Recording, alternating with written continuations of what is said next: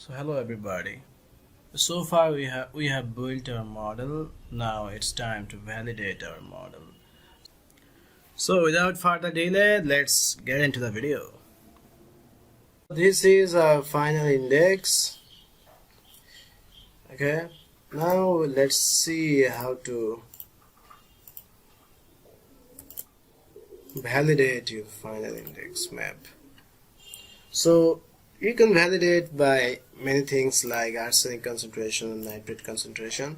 So I think nitrate is the best option, but if your saturated zone is highly reducing, then it will not work for you. So in our case it was highly reducing, that's why nitrate concentration was very low. So we used arsenic. You will use all of those parameters, which one will best suit. You will validate those parameters, that parameter. So let's see how actually we do that. So at first we're going to import our Excel file. Fine. XY data. Okay. Fine. Now there are many ways to validate your map model, but one is like here in this location, what was your arsenic concentration? Then you will determine what was your index value for this location. Again for this location, all of them. So how can we do that? Let's go to properties. Okay, go to label, add station, 14, apply. Fine. Now in this station, what is our exact index is, we don't know, but we know it is in the medium zone, that is in between 73 to 87. So to know exactly, go to properties and then display, just click this show map tips, apply. Fine. Now let's see now here in beside your hand you can see the number, the exact index value for this location. So now you have to make one Excel sheet.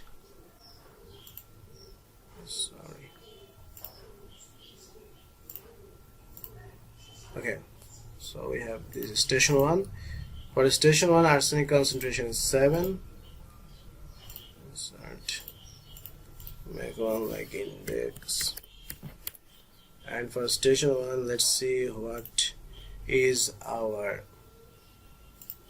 index value. So this is our index, station 1. And for station 1, index is 70.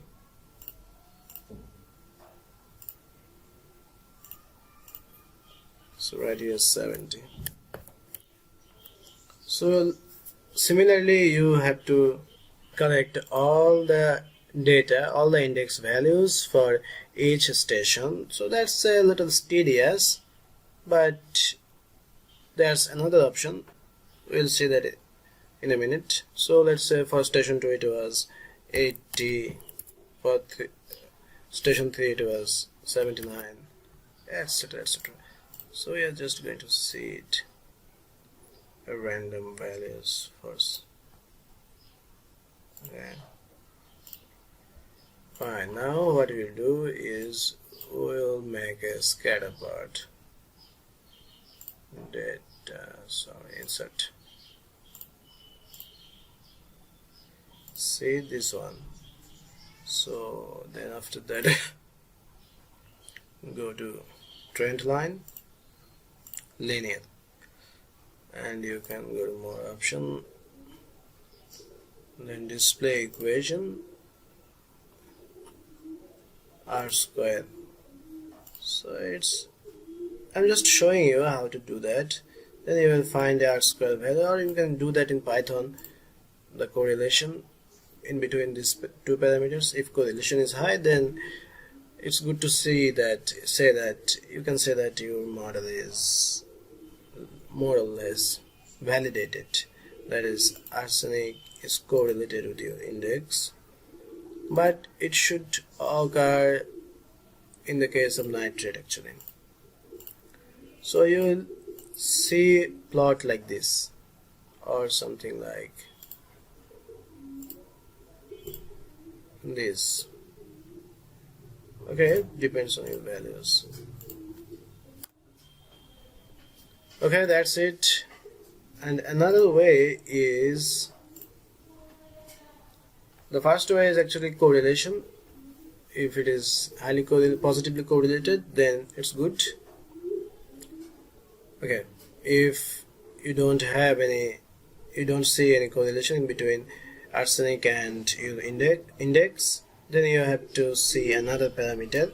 Which one will best fit? You will use that parameter to validate your model.